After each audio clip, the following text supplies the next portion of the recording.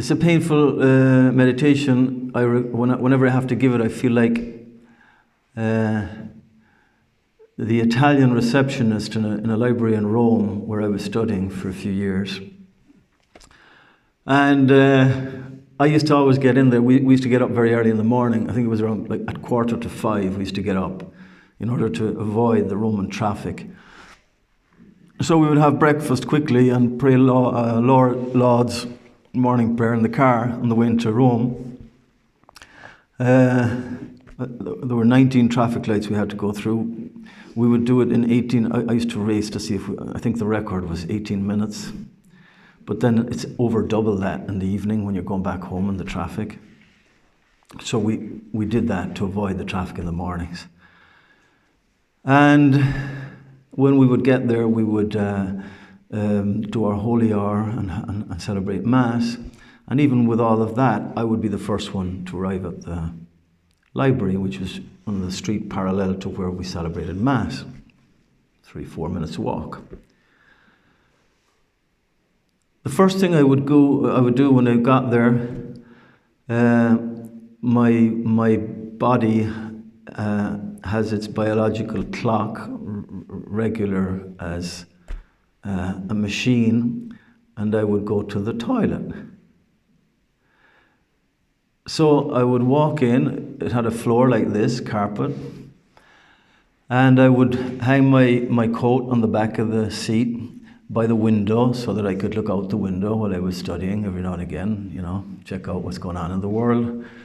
I had my own little spot because I was always the first to arrive. I would leave my computer on the desk, and then I would pass back through the door like here.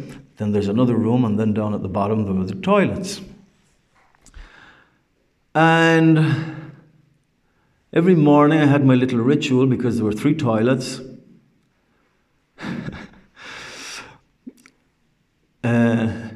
Every time I tell this, I can't believe I'm telling it, but I just plow ahead anyway.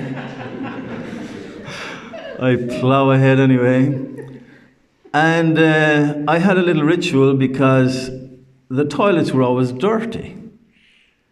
Now this library was used by seminarians and priests, and I used to figure to myself, what the heck are the cleaning ladies going to think of the Catholic Church if the priests and seminarians don't know what that little white brush is for in the corner? Like, do they think it's for some kind of decoration? I presume you all know what I'm talking about. I think to myself, where the heck have they come from that nobody along the way has told them what that brush is for, and you're supposed to clean it and not leave it for the cleaning ladies?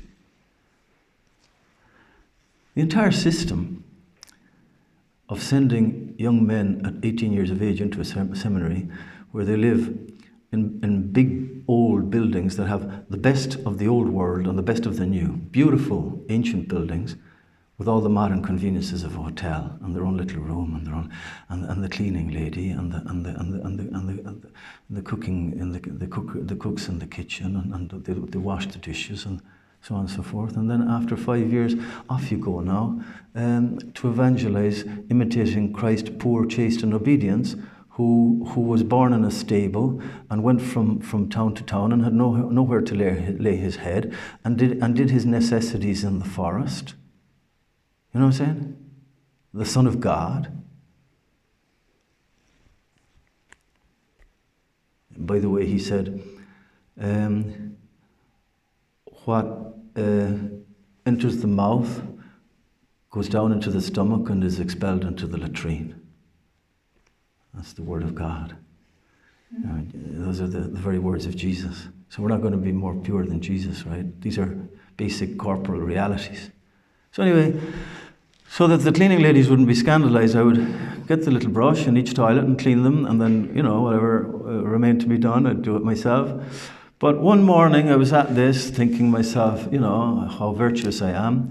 And next thing I hear on the door behind me, a loud knock like that, even more like that. I got, I got a fright. I turned around. Put the brush back in its place. Oh my God, they've caught me cleaning the toilet. what the heck is going on? I open the door, and there's this Italian guy. He's shouting at me. I don't know Italian, and but he's angry, and there he is shouting at me in the toilet. I have no idea what he's saying. He's the receptionist from downstairs, so he kind of, I don't know if he kind of caught me by the arm, but he indicated to me, follow me. And I did, and he took me to retrace my own steps. Back through the room, through the other room, you know, the entire path, back to where the computer was, and he's pointing at the floor, and there are my footsteps, having stepped in dog crap on the street. And I had left a trail of smelly, wet dog crap everywhere I had stepped, all the way in, all the way up the stairs. I mean, he even took me back to the top of the stairs and showed me all the way down. And I felt like, you know, when the puppy is being toilet trained and he's caught by the scruff of the neck and they stick his nose in the poo and they tell him, no, no, no. So there's this Italian guy shouting at me, and I thought, Lord, I wished the earth would open up and swallow me with the embarrassment. And thinking about it afterwards, you know, the Lord speaks to us in all kinds of ways. And it occurred to me that maybe spiritually something similar was going on.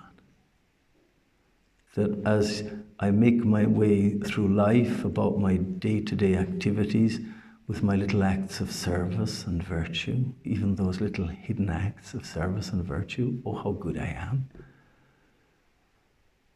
I'm somehow also leaving behind me a trail, a bad smell, a foul-smelling, unpleasant trajectory of harsh glances, of hard judgments, of negative thoughts of all kinds towards God and towards neighbour. And that's what we have to do in this meditation. Except in this case, it's not a shouting Italian, it's me.